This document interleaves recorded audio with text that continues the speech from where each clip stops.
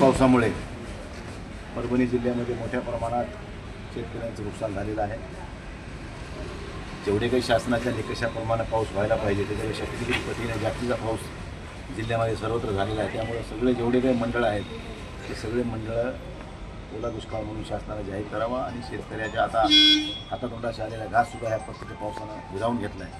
त्यामुळे अशा वेळी शासनाने यांच्या पाठीशी खंबीरपणाने उभं राहून यांना मदत करण्याच्या काळाची गरज आहे। तरच शेतकरी जिवंत राहू शकतो, नाही शेतकरी जिवंत राहणार नाही अशी परिस्थिती आहे। त्यामुळे आज आम्ही जिल्हाधिकारी साहेबांना या माध्यमातून एक निवेदन दिलं आणि त्या निवेदनाच्या माध्यमातून शासनाला परभणी जिल्ह्यातली वस्तुस्थिती समोर पाठवावी आणि शेतकऱ्याला लवकरात लवकर त्या ठिकाणी लाभ मिळवून द्यावा अशा स्वरूपाची विनंती करण्यासाठी आम्ही आज आलो।